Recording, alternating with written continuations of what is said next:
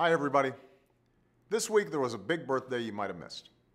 Medicare and Medicaid turned 50 years old, and that's something worth celebrating. If one of the best measures of a country is how it treats its more vulnerable citizens, seniors, the poor, the sick, then America has a lot to be proud of. Think about it.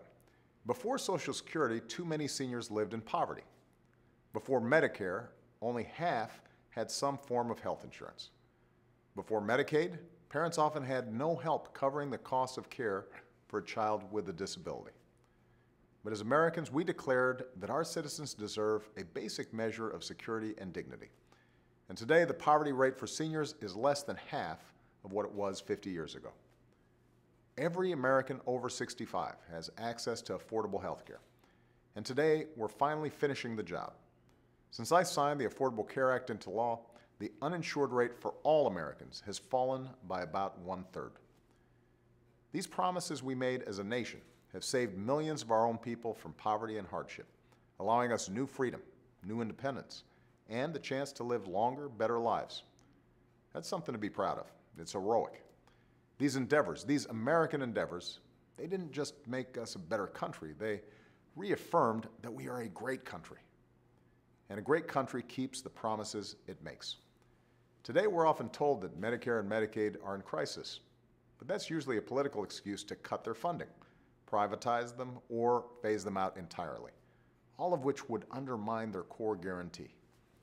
The truth is, these programs aren't in crisis, nor have they kept us from cutting our deficits by 2/3 since I took office. What is true is that every month, another 250,000 Americans turn 65 years old and become eligible for Medicare. And we all deserve a health care system that delivers efficient, high-quality care.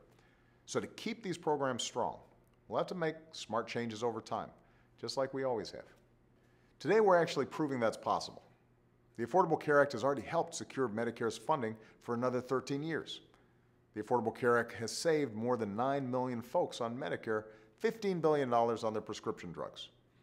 It's expanded Medicaid to help cover 12.8 million more Americans and to help more seniors live independently. And we're moving our healthcare system toward models that reward the quality of the care you receive, not the quantity of care you receive.